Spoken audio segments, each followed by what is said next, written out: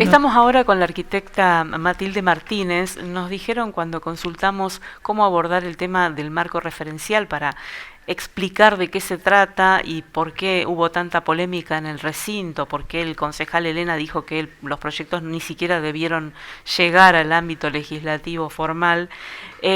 Porque en realidad entendemos que aquí se están debatiendo muchísimos intereses y la arquitecta Martínez, que es como profesional muy acreditada en este tema, fue referenciada por varios colegas suyos como una de las personas que mejor puede explicar de qué se trata la cuestión. Así que le agradecemos que nos acompañe esta noche. Gracias por la invitación. Bueno, queríamos saber de qué estamos hablando cuando hablamos de marco referencial y qué pasó, de acuerdo a lo que usted entiende, en lo que se votó el Consejo al abrirse el marco.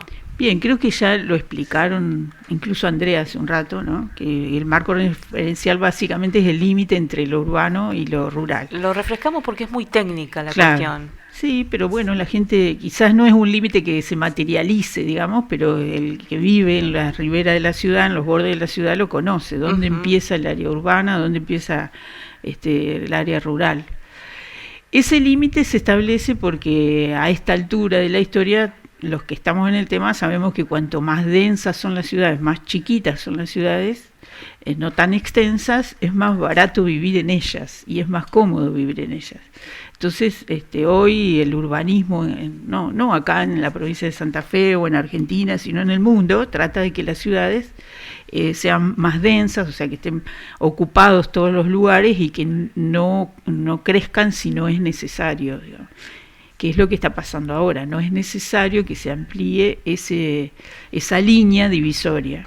Es que uno piensa, se amplía la línea divisoria, va a haber acceso a más tierra, a más terrenos, y por ende quizás los precios tiendan a ser más competitivos. ¿Se va a beneficiar el vecino? No, técnicamente es al revés. No lo digo yo, lo dicen los expertos, los que han estudiado. Digo, por ejemplo, Martínez Molca, que es un experto brasilero, o Eduardo Rece, que es un experto argentino, son arquitectos que han estudiado el mercado de suelo. El suelo, nosotros decimos suelo urbano al lote, ¿no es cierto? Al lote que está dentro de la ciudad, no el lote rural, digamos, que tiene otra... Que tiene servicios, le decimos. Claro, el que tiene servicios está dentro de la parte que presta servicios la municipalidad o la comuna.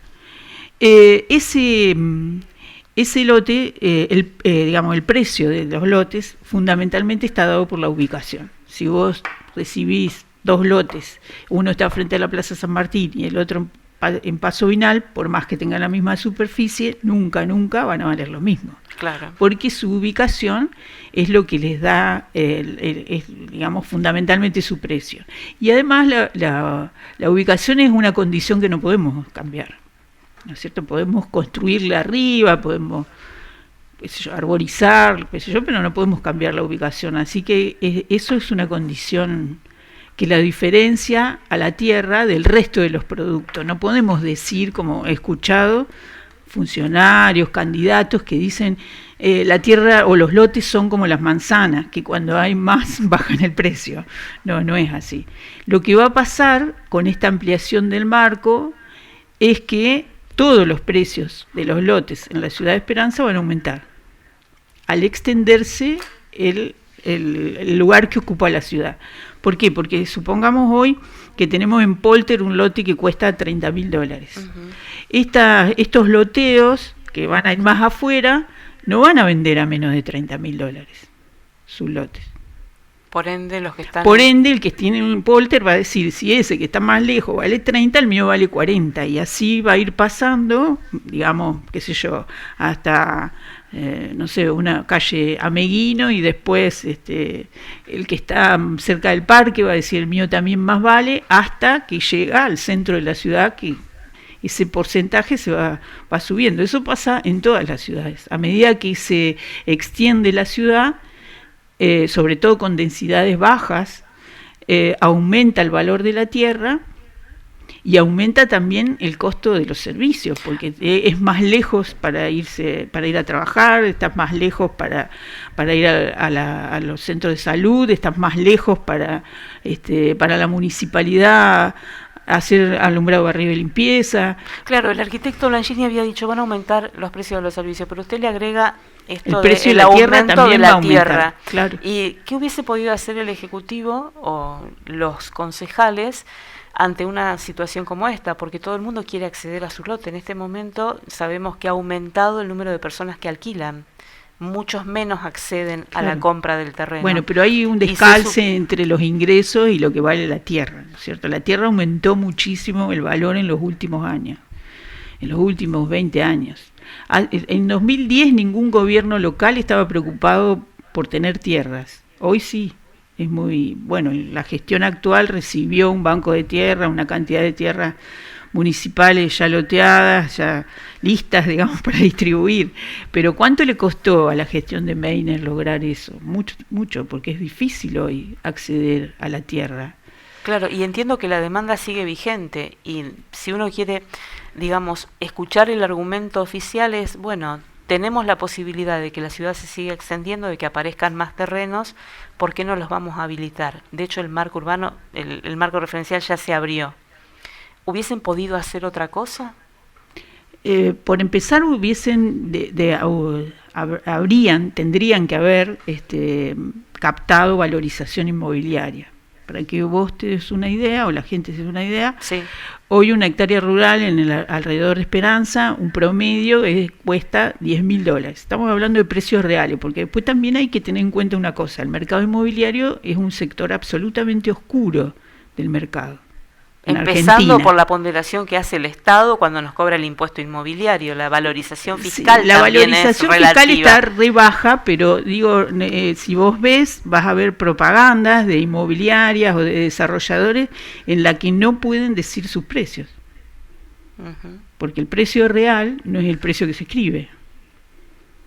Sí, sí, esto es así. Y porque el mercado inmobiliario termina siendo, digo yo, el tarro de residuo de todo el dinero negro que circula en nuestra sociedad hoy.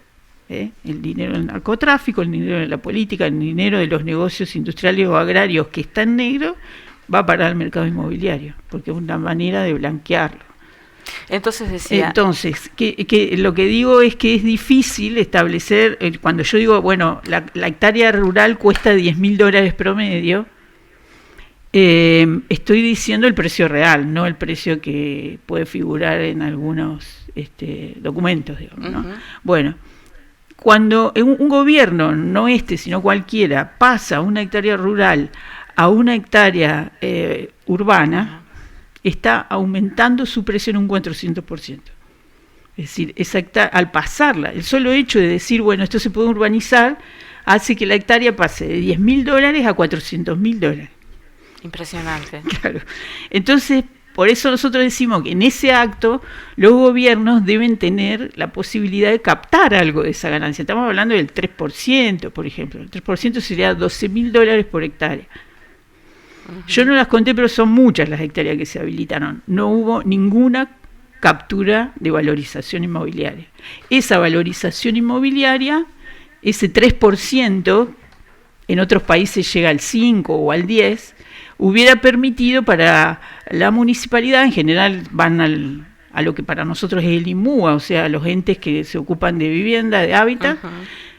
Eso hubiera permitido, para que te des una idea, que por lo menos por cada hectárea, por cada manzana que se habilita, la municipalidad toma un lote o toma medio lote. ¿Y usted está segura que eso no pasó? Sí, estoy segura. No hay en la ordenanza ninguna captura de valorización. Porque en otros terrenos de la ciudad, en otras manzanas, sí eso ocurrió. De hecho, cuando se tuvieron que sumar terrenos al INMUA, muchas veces fue pasando que se hizo con terrenos que fueron quedando en medio de manzanas a través de loteos que se dieron a lo largo de los años que estuvieron comprometidos. Sí, pero en ese caso en la gestión de Meiner se tomaron esos lotes porque estaban donados para espacio verde, públicos, claro. Y ese espacio verde estaba cubierto dentro de la zona por otros espacios de mayor tamaño, qué sé yo. Sí, pero no estamos hablando de lo que se debe destinar a calles, a equipamiento comunitario y a espacio verde, sino que estamos hablando de otra cosa, que es capturar también parte de la ganancia.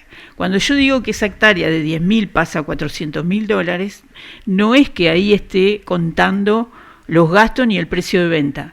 en realidad la hectárea pasa a $540.000 y esos 140.000 por manzana son los gastos. O sea que cuando estamos hablando, esto es un estudio, por ejemplo, ha hecho hace unos años la Municipalidad de Rafaela. Y pensando en lo que significa a partir de ahora tener esta disponibilidad de terrenos, ¿qué debería pasar a nivel jurídico? ¿Vienen un sistema de aprobaciones especiales? ¿Cómo se maneja esto a nivel urbanístico ya en la provincia? Bueno, hay muchas cosas que digamos, han cambiado con la Constitución Provincial nueva. La Constitución Provincial nueva, por empezar, le da más autonomía a los gobiernos municipales o comunales, a los gobiernos locales. Hay un periodo digamos, establece un periodo según los temas de distinta duración, en donde deben digamos, tratarse leyes provinciales que vayan cambiando la situación. En el caso de la autonomía municipal, supone dos cosas: una, que la provincia le otorgue mayores fondos a los gobiernos locales, y por otro lado, que los gobiernos locales se preocupen por tener más fondos ellos. Cuando no captan eso que se llama renta urbana, que estoy diciendo ese 3%, porque tampoco estamos hablando del 50 o del 60. Ojo que en otros países esto se maneja, y no estoy hablando de países como, no sé, Rusia o Cuba, sino Estados Unidos, Inglaterra, tienen otra manera absolutamente mucho más transparente de que se maneje el mercado inmobiliario. Por ejemplo, tanto en Estados Unidos como en Inglaterra, vos tenés por parte del Estado precios referenciales de terrenos y de inmuebles según la zona de la ciudad. Entonces podés saber por ese precio referencial, que no es de ninguna manera un precio máximo ni nada de eso, pero es un precio que se establece, podés saber si una cosa está cara, barata. Acá no podemos hablar de precios. Pero con el tema de inundaciones y los antecedentes de problemática hídrica que tenemos... Sí, acá se aprueba, o sea, es básico para ahora, en nombre de la autonomía municipal, es básico que el gobierno local haya autorizado la urbanización.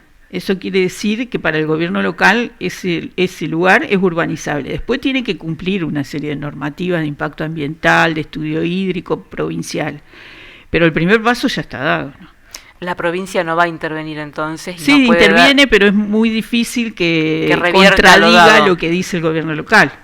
¿Y qué piensa acerca de la posibilidad de judicializar esta medida como propusieron algunos ediles? Bueno, yo no soy abogada, no conozco tanto el tema, pero sí te puedo decir que justamente con la Constitución, a partir de la nueva Constitución, también se reconoce el derecho a la ciudad. Se reconoce primero la necesidad de que el territorio esté ordenado por los gobiernos locales y el gobierno provincial. O sea que no puede invocarse en nombre de la propiedad privada hacer cualquier cosa, tiene que estar ordenado el territorio. Y después reconoció el derecho a la ciudad. El derecho a la ciudad podría ser vulnerado por una decisión como esta, que no fue consulta y que produce, como te digo, consecuencias en todo el ámbito urbano, no solamente a lo mejor en los vecinos o en ese barrio o en esa zona, oeste o sur, sino en toda la ciudad. Y podría presentarse un recurso de amparo en función de que está afectando el derecho a la ciudad. Usted dice no fue consultado ¿con quiénes? Con los, digamos, aquellos que interaccionan de manera habitual, que tienen experiencia en este tema. No fue consultado. Porque el Consejo lo aprobó, digamos. Sí, el Consejo lo aprobó, pero no hubo ninguna, o sea, nos enteramos después, no hubo ninguna consulta de este proyecto. Tampoco es una razón, como lo escuché decir al intendente, que hace 17 años que están pidiendo algo. Como si vos pedís durante 17 años algo que está en contra de la normativa, no es una razón el tiempo que ha pasado para autorizarlo, tampoco, ¿no? Si la citara el intendente, apelando a su experiencia, su conocimiento para hablar de este tema, ¿qué le diría? Que esto que te digo, que las decisiones que están tomando van a afectar a toda la ciudad.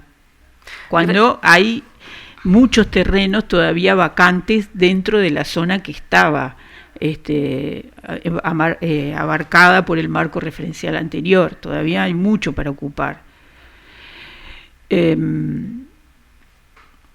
Bueno, seguramente para que se ocupen estas nuevas zonas va a pasar bastante tiempo, pero durante ese tiempo la municipalidad va a tener que prestar servicio, aunque haya uno viviendo por manzana, ¿no? Claro, y después de la afectación de esos costos, ¿usted comparte con Blanchini que recae sobre el resto? Y sí, seguro. Muchas gracias por haber estado No, acá. al contrario.